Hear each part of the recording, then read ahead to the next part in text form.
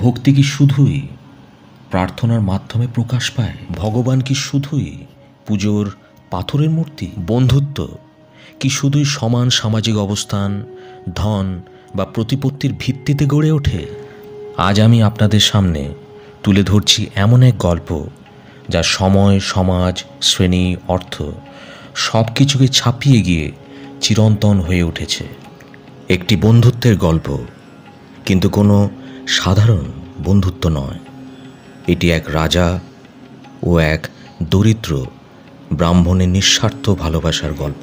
এই গল্পে রয়েছে ঈশ্বররূপ বন্ধু স্নেহ, আছে নিঃস্বার্থ ভক্তির গভীরতা। এটি কৃষ্ণ ও সুদামার সেই কালজয়ী কাহিনী যা যুগে যুগে হৃদয় ছুঁয়ে এসেছে। চলুন ফিরে যায় সেই পবিত্র কালে যেখানে হৃদয় দিয়ে বন্ধুত্ব বিচার করা হতো আর ভালোবাসাই ছিল শ্রেষ্ঠ দান। ভগবান শ্রীকৃষ্ণ মথুরা রাজকুমার, বৃন্দাবনের প্রাণ এবং পরবর্তীতে দ্বারকাধীশ। একধারে যোদ্ধা, দার্শনিক, রাষ্ট্রনায়ক, প্রেমিক এবং ভগবান। অন্যদিকে সুদামা, এক দরিদ্র ব্রাহ্মণ যিনি শৈশব কাটিয়েছেন সাদামাটা পরিবেশে, কিন্তু যার অন্তরে ছিল অপার জ্ঞান ও গভীর ভক্তি। তাদের পরিচয় হয়েছিল গুরু সন্দীপনীর আশ্রমে, যেখানে তারা একসাথে শিক্ষা লাভ করেন। তাদের বন্ধুত্ব শুরু হয়েছিল শৈশবে, কিন্তু তার রেশ থেকেছিল চিরকাল। প্রাচীন ভারতে গুরুকুল ছিল শিক্ষার প্রধান কেন্দ্র। সেখানে ছাত্ররা রাজপুত্র হোক বা সাধারণ কৃষক পুত্র, সবাই ছিল সমান।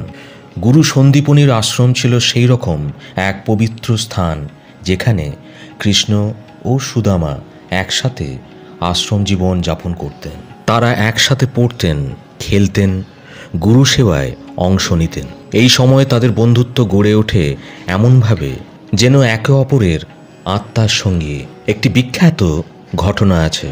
গুরু তাদের একদিন গভীর বনে কাঠ কুড়োতে পাঠান। হঠাৎ ঝড় ওঠে, দুইজনেই ভিজে যায়। রাতে সুদামা দেখে কৃষ্ণ কাঁপছেন। তখন সে নিজের উষ্ণ বস্ত্র দিয়ে কৃষ্ণকে জড়িয়ে রাখে। এ ছিল নিঃস্বার্থ ভালোবাসা, যেখানে বন্ধুত্বর স্নেহই ছিল সব। এই সময়ে কৃষ্ণ বুঝতে পেরেছিলেন এই বন্ধুটি কখনো তাকে কোনো কিছু প্রত্যাশা না করে ভালোবাসবে। এ এক আত্মিক বন্ধন যা শুরু গুরুকুলে আর পরিণতি চিরন্তনে। সময় চলে যায়, শিক্ষা জীবন শেষ হয়। কৃষ্ণ রাজনীতিতে প্রবেশ করেন, হন দ্বারকার রাজা। অন্যদিকে সুদামা সংসারী হন, কিন্তু একেবারে দারিদ্র সীমার নিচে জীবনযাপন করতে থাকেন। তাঁর ঘরে নেই পর্যাপ্ত খাবার, নেই ভালো পোশাক। স্ত্রী ও সন্তানরা অভাবের মধ্যে দিন কাটায়। তবুও সুদামা কখনো কৃষ্ণের স্মৃতি ভোলেননি। প্রতিদিন প্রার্থনা করতেন, স্মরণ করতেন সেই শৈশবের বন্ধুকে। এখানে লক্ষণীয় বিষয় হল সুদামা জানতেন কৃষ্ণ এখন এক মহারাজ। তবুও তাঁর মাঝে ঈর্ষা, গ্লানি বা অভিযোগ ছিল না, বরং তাঁর হৃদয়ে ছিল সেই নিষ্পাপ বন্ধুত্বের স্পর্শ যা সময়ের ব্যবধানে মুছে যায়নি। একদিন তার স্ত্রী বললেন, তুমি বলেছিলে কৃষ্ণ তোমার বন্ধু, যদি তাই হয় তাহলে তাঁর কাছে যাও, হয়তো তিনি আমাদের সাহায্য করবেন। সুদামা প্রথমে রাজি হননি। তিনি বললেন, আমি কৃষ্ণকে ভালোবাসি, বিনিময়ে কিছু পেতে নয়। ভক্তি যদি লেনদেন হয় তবে সেটা তো ব্যবসা। তবুও স্ত্রীর অনুরোধে, সন্তানদের মুখের দিকে তাকিয়ে শেষমেশ রাজি হলেন। সুদামা অনেক কষ্টে দ্বারকায় পৌঁছলেন। রাজপ্রাসাদ দেখে অভিভূত হয়ে পড়লেন। দারোয়ানরা তাকে দেখে ঠাট্টা করলেন, তার জীর্ণ পোশাক, রুক্ষ চুল ও ক্ষীণ দেহ দেখে। কিন্তু যখন কৃষ্ণ খবর পান যে তার প্রিয় বন্ধু সুদামা এসেছেন, তিনি ছুটে বেরিয়ে আসেন রাজ সিংহাসন ছেড়ে। দ্বারকাধীশ নিজ হাতে দরিদ্র বন্ধুকে জড়িয়ে ধরেন, তার পা ধুয়ে দেন, চোখে জল নিয়ে বলেন, আমার প্রিয় বন্ধু, এতদিন কোথায় ছিলে তুমি? এত কষ্টে কেন এলে? এই দৃশ্য দেখে রুক্মিণী, সভাসদ, প্রজারা সবাই বিস্মিত।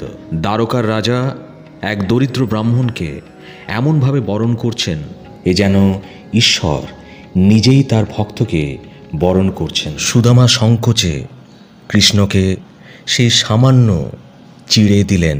কৃষ্ণ তা দেখে আনন্দে চোখ বন্ধ করে বললেন, এই চিড়ে তো আমার প্রিয়, এর স্বাদে আছে ভালোবাসা, স্মৃতি আর ভক্তি।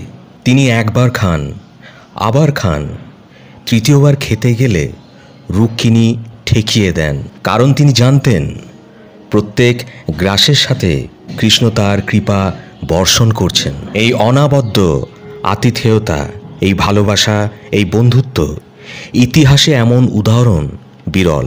এখানে নেই ধনের মূল্য, নেই প্রতিপত্তির বিচার, আছে হৃদয়, আছে আত্মিক বন্ধন। 3 দিন কেটে যায় কৃষ্ণের সঙ্গে। সুদামা কিছুই চাননি, বরং আনন্দে অভিভূত ছিলেন।